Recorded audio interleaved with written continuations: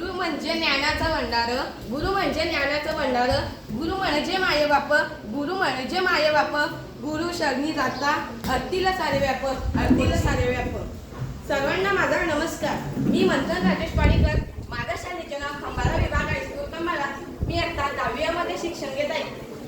आजच्या कार्यक्रमाच्या अध्यक्षा आमच्या शाळेच्या मुख्याध्यापिका मॅडम व परमपूज्य गुरुजन वर्ग आणि माझ्या छोट्या मोठ्या बालमित्रांनो, आज मी तुम्हाला गुरुपौर्णिमा या पावन दिनाविषयी 2 शब्द सांगणार आहे. तर ते तुम्ही शांत चित्ताने ऐका अशी मी आशा बाळगतो आणि मी माझे 2 शब्द सुरू करतो.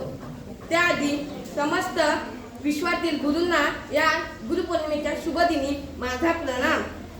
गुरुर ब्रह्मा गुरुर विष्णू, गुरुर ब्रह्मा गुरुर विष्णू, गुरुर देवो महेश्वर, गुरुर साक्षात परब्रह्म, तस्मै श्री सद्गुरुवे नमः, तस्मै श्री सद्गुरुवे नमः. गुरु साक्षात परब्रह्म, गुरु साक्षात परब्रह्म, तस्मै श्री सद्गुरुवे नमः. अर्थातच गुरु म्हणजे ब्रह्मा विष्णू महेश असे दैवत्व लाभलेले गुरु. भारतीय संस्कृतीत गुरूंना ईश्वराचे स्थान दिले आहे. त्यांच्या अतिउच्च स्थान आहे. ज्या गुरूंनी आपल्याला घडवले त्यांच्याविषयी आदर व्यक्त करण्याचा, त्यांना नतमस्तक होण्याचा दिवस म्हणजे गुरुपौर्णिमा, म्हणजेच गुरुपौर्णिमा. गुरुपौर्णिमेला व्यास पौर्णिमा असेही म्हणतात, कारण आदिगुरु व्यासांचा जन्म याच पावन दिनी झाला होता. गुरु हे तेजस्वी सूर्याप्रमाणे असतात. गुरु हे तेजस्वी सूर्याप्रमाणे असतात. ते आपल्याला ज्ञान देण्याचे महान कार्य करतात. ते आपल्याला ज्ञान देण्याचे महान कार्य करतात. ज्याप्रमाणे कुंभार मातीच्या गोळ्यापासून सुंदर असे मडकी घडवतो, त्याचप्रमाणे गुरु या मानवरूपी व्यक्तिमत्वाला आपल्या संस्कारांनी आदर्श बनवतात. आपल्या संस्कारांनी आदर्श बनवतात. आपले आई वडील आपल्याला पंख देतात. आपल्या आई वडील आपल्याला पंख देतात. त्या पंखात भरारी घेण्याचे बळ आपले गुरु देतात. आपले गुरु देतात. त्यानंतर गुरु हे आपल्याला समाजाला आपल्या चांगल्या दृष्टिकोनातून पाहण्यासाठी मदत करतात. गुरु हे आपले शिक्षक नसून तर आपले मित्र, आपले प्रेरक, आपले मार्गदर्शक सुद्धा असतात. त्यांच्याविषयी आपण किती शब्दात बोलावे तरी त्यांचे गुण आपल्याला व्यक्त करता येणार नाही. मी एक पुस्तक वाचत असताना त्यातील गोष्ट मला एक आठवली आहे. मी ते आता तुम्हाला सांगतो. कदाचित ती गोष्ट तुम्ही ऐकली सुद्धा असेल. ती गोष्ट आहे महाभारतातील गुरु द्रोणाचार्य आणि एकलव्याची. गुरु द्रोणाचार्य आपल्या शिष्याला म्हणजेच पांडवांना आणि कौरवांना घेऊन एका अरण्यातून जात होते.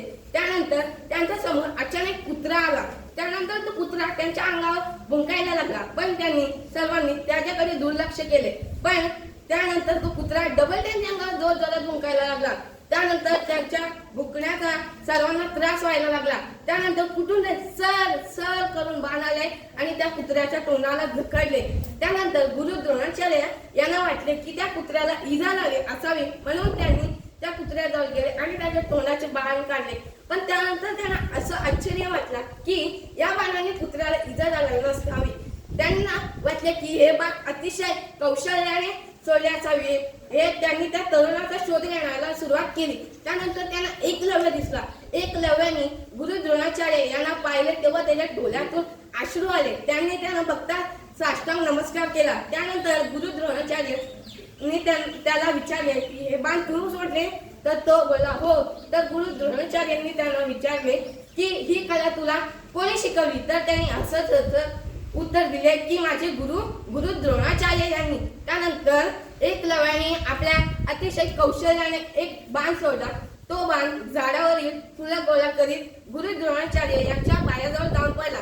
त्यानंतर गुरु द्रोणाचार्य यांनी पांडवांना सांगितले की हा कला शिष्य, आपल्याला सुद्धा अशी शाबासकी मिळाली पाहिजे, तसं आपण काम करायला पाहिजे. त्यानंतर तोच एकलव्य त्याने गुरु द्रोणाचार्य यांनी मागितलेली गुरु दक्षिणा म्हणून स्वतःला आणता असत कापून दिला. ज्यांच्यापासून आपल्याला गोष्ट शिकायला मिळते ते आपले गुरु. जे आपल्याला चालायला बोलायला शिकवतात ते आपले गुरु. जे आपल्याला जीवन जगायला शिकवतात ते आपले गुरु. गुरुशिवाय ज्ञान नाही, गुरुशिवाय ज्ञान नाही, ज्ञानाशिवाय आत्मा नाही, ज्ञानाशिवाय आत्मा नाही. ज्ञान, ध्यान, धैर्य आणि कर्म हे सर्व गुरूंचीच देण आहे. ज्ञान, ध्यान, धैर्य आणि कर्म ही सर्व गुरूंचीच देण आहे. आपण पण एक असं आजच्या या शुभदिनी आपण असा एक निश्चय केला पाहिजे की आपण आपले जीवन सफल करू आपण आपले जीवन सफल करू आणि आपल्या गुरूंचे ऋण व्यक्त करण्याचे क्षण पाहू. आपण आपल्या गुरूंचे ऋण व्यक्त करण्याचे क्षण पाहू. म्हणून जाता जाता एवढेच म्हणतो की गुरु असतो ध्यास कीर्तीचा, गुरु असतो ध्यास कीर्तीचा, गुरु असतो श्वासपूर्तीचा, गुरु असतो श्वासपूर्तीचा, गुरु असतो मार्ग यशाचा, गुरु असतो मार्ग यशाचा, गुरु असतो किरण आशेचा, गुरु असतो किरण आशेचा. जाता जाता मी परत एकदा सर्व माझ्या गुरूंना गुरुपौर्णिमेच्या शुभेच्छा देतो आणि मी माझे 2 शब्द संपवितो. जय हिंद.